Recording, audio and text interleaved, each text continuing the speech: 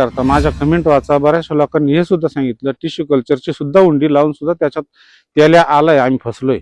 बऱ्याच लोकांनी असं मला डीएम केले, पण आपल्याला कोणाला नाव नाही घ्यायचं, फक्त ज्यांच्या नमस्कार. आज आपण एक नवीन विषयावर बोलणार आहे. काल परवा मी एक व्हिडिओ टाकला होता की हुंडीमध्ये फसवणूक कशी होते, आपण हुंडी कशी घेतली पाहिजे, बघून घेतली पाहिजे. तर मित्रांनो, हुंडीमध्ये फसवणूक होते म्हणजे असे, आपण ज्या 2.5 एकरच्या प्लॉटमध्ये उभं आहे, वर्ष पहिलंच आहे, पण प्लॉट आपल्याला हा काढून टाकावा लागणार आहे. कारण हे बघा, हे पूर्ण त्याल्याग्रस्त रोपं आलेले नर्सरीमधून, आणि त्या आपल्याला नाव नाही घ्यायचं कोणाचं, पण फसवणूक होते. ती फसवणूक, नुकसान हे 1 वर्षाचं असो का नंतरचं, त्या आपल्या बागेत हुंडी आल्यानंतर जो त्याला येतो तो आपण कंट्रोल करू शकतो. आता आम्ही बाकीच्या आमच्या प्लॉटमध्ये थोडा त्याला होता, तो ऑइल गार्डने तो कंट्रोल होऊन गेला. परत आम्हाला आत्तापर्यंत 10-15 दिवस झाले स्प्रे द्यायचं गरज पडलं नाही. तर राहिला विषय हुंडीचा. काल माझा तो व्हिडिओ पाहिल्यानंतर एक शेतकरी अमोल गरड म्हणून, तालुका करमाळा, जिल्हा सोलापूर, यांचा डाळिंबाच्या प्लॉटवर त्यांनी काही प्लॉटवर गुटी बांधली आहे. त्यांनी स्वतःहून मला फोन केला. म्हणजे असेही शेतकरी जगात आहे की ते स्वतःहून सांगतात, सर माझ्या प्लॉटमध्ये बिनधास्त या, एकही झाडावर माझ्या तेल्या नाही आहे, मी 100% एकदम पारदर्शक काम करतोय. आणि नवीन शेतकरी, चांगला शेतकरी, त्यांनी गुटी तयार केली आहे. त्यांच्या याच्यावर मी त्यांचा खाली पत्ता वगैरे सगळा टाकतोय, त्यांचं नर्सरीचा फोटो वगैरे, चांगलं काम आहे. मी प्रॉपर लोकांना विचारलं, करमाळा त्यांच्या गावातल्या, कंदर म्हणून गाव आहे, काही शेतकरी फोन करतात, त्यांना विचारलं कसं काम आहे, ते म्हणा एकदम स्वच्छ काम आहे. मित्रांनो, जर गुटी कलम खरेदी करायची असेल तर अशा व्यक्तीकडून करा.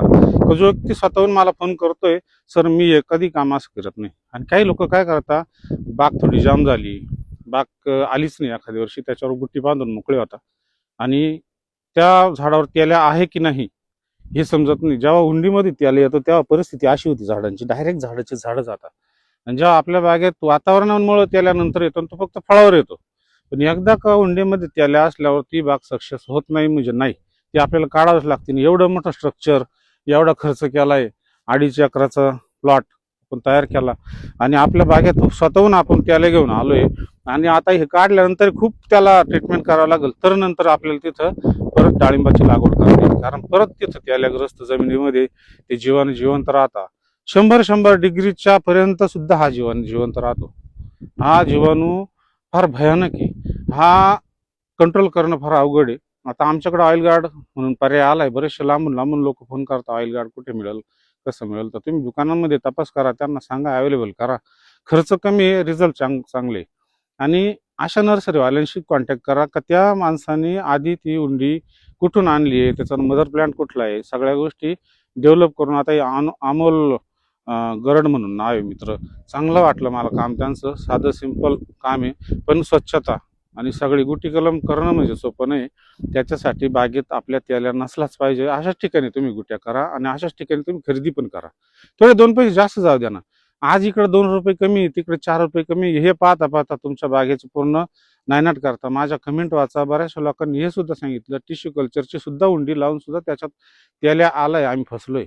बऱ्याच लोकांनी असं मला डीएम केले, पण आपल्याला कोणाला नाव नाही घ्यायचं. फक्त ज्यांच्या नर्सरी आहे त्यांना माझं सांगणं हेच राहील की पारदर्शक काम करा. फार मोठी गोष्ट आपण चूक करतो. आता द्राक्ष बागेची एखादी व्हरायटी फेल गेली तर आपण लगेच रिकट करून तिथं नवीन व्हरायटीची ग्राफ्टिंग करू शकतो खाली रॉगरेजवर, पण इथं नाही, इथं डायरेक्ट काढून टाकावं लागतं. मित्रांनो, साधी सोपी गोष्ट आपण लक्षात घेतली पाहिजे, आणि चांगल्या लोकांकडून काम करा. हा जो पत्ता मी टाकलाय, फोन नंबर, फोटो सगळं टाकले, त्या गुटी कलमांचे फोटो टाकले, त्यांना संपर्क करा. गुटी पाहिजे. मला काल कर्नाटकमधून एक फोन आला होता, 5,000 गुटी त्यांना लागतीये. त्यांचा लगेच नंबर देऊन टाकला का असा व्यक्ती आहे, तुम्ही त्यांच्याशी संपर्क करा. धन्यवाद मित्रांनो. व्हिडिओ आवडला असेल तर शक्यतो लाईक करत जा, कमेंट पण करत जा, आणि फॉलो पण करत जा. म्हणजे चांगले आपल्याला टॉपिक सापडतील. आपल्याला स्वतः लोकांमध्ये जनजागृती करता येईल, लोकांपर्यंत पोहोचता येईल. लोकांना फ्रीमध्ये आपल्याला माहिती द्यायची आहे, आणि जनजागृती या तेल्या रोगाबद्दल, फिजोरियम बद्दल आपल्याला करायची. जास्तीत जास्त शोध घेऊन आपण ते व्हिडिओ बनवणार आहे. धन्यवाद मित्रांनो.